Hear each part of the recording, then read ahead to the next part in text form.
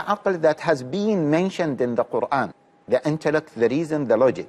Of course, I will not go into much details about the difference between logic, reason, or intellect, because some people say that reason is the correct translation for al-aql, which is mentioned in the Quran. But what I'm talking about is the ability to ponder is the aql that is mentioned in the Quran. This is what we are talking about. So the aql that is mentioned in the Quran and that is meant in the Quran is the ability to think, the ability to ponder, the ability to understand. And if you look at this, then you will ask yourself a question.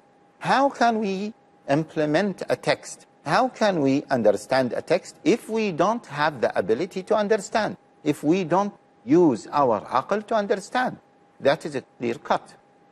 But what is condemned by so many scholars when they say that al-aql, using al-aql, is not from Sharia, or you have to use the text, we have to contextualize what they are talking about. This is very important, otherwise we will go astray in terms of our understanding of al-Islam. What they meant, brothers and sisters, is your personal understanding.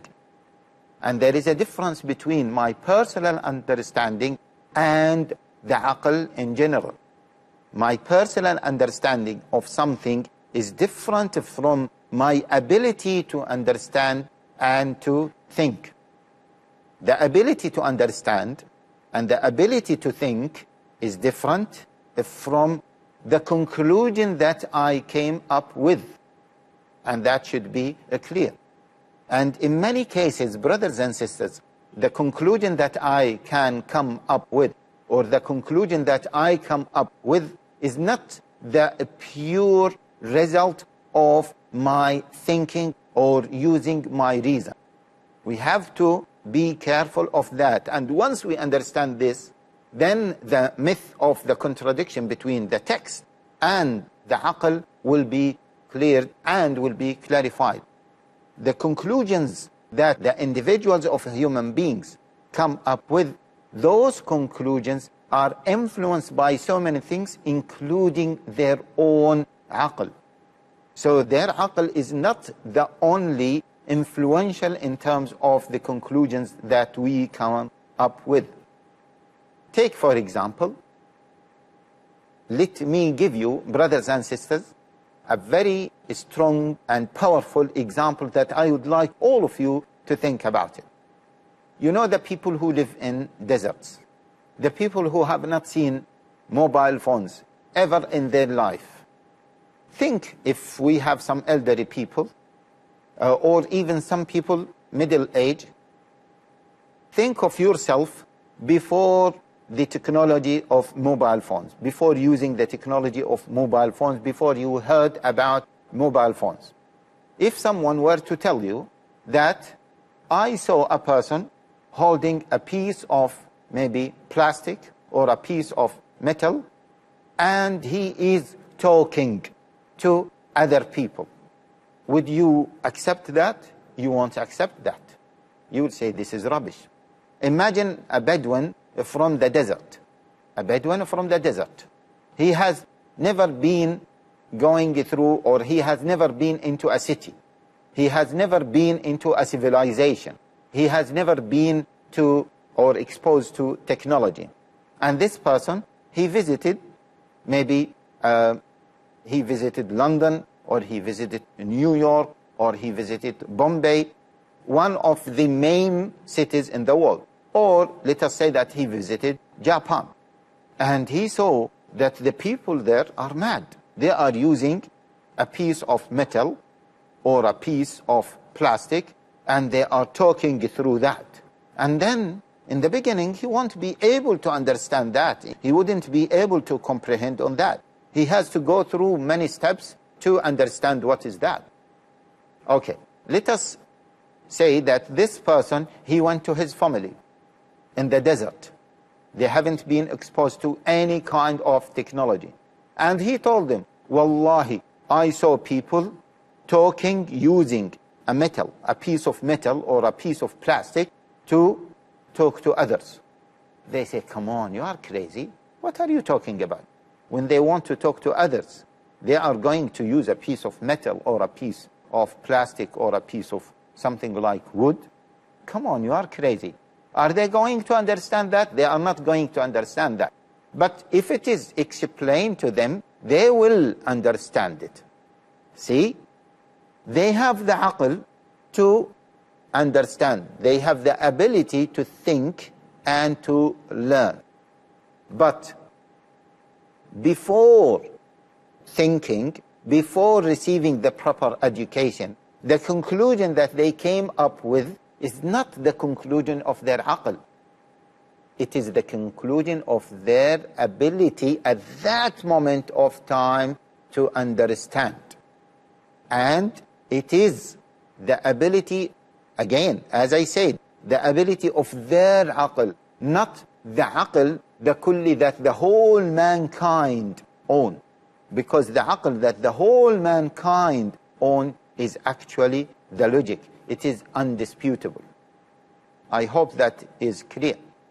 And hence, once we understand that type of aql, we will come up with a conclusion that there is no contradiction between the logic, the reason, and the text. Why? This is a very important question. Why there should be no contradiction between both? The answer is very simple. Why? Allah Jalla wa Ala is the one who revealed the text. And who created the aql? Who created human beings? Allah Jalla wa Ala created them. Who gave them the aql? Allah Jalla wa Ala. Do you think that Allah Jalla wa Ala will reveal something in contradiction to the aql? No. Never. Okay, brothers and sisters. Once we say manat al-takrif, once we say that a sane person, he is mukallaf, means he is responsible for what he or she is doing. But an insane person, he is not a mukallaf, means he or she are not responsible for what they do. Is that true or not? Yes, it is true. Which means that the aql is the criteria where we can judge whether this person is responsible for his actions or for her action, or he or she are not responsible. In Sharia, the manat means the foundation, the criteria, or one of the foundations, or one of the criterias for taklif, for responsibility, is the aql. Let me give you another dalil. Let me give you another proof that Sharia is considering the aql. Once we talk about the aims and objectives of Sharia, all of us heard this term, the aims and objectives of Sharia. And the scholars who talk about that, they said that the first aim is to preserve the religion or the deen. The second aim is to preserve the life. And then they mentioned what? Preservation of aql. Preservation of aql means the Sharia is aiming to preserve our ability to understand, our ability to think. And this is the first type of aql that we have mentioned. We all know Allah Jalla wa Ala made drinking alcohol prohibited. يا أيها الذين آمنوا لا تقربوا الصلاة وأنتم سكارى حتى تعلموا ما تقولون. Don't start your prayer while you are intoxicated until you know what you are talking about. Subhanallah.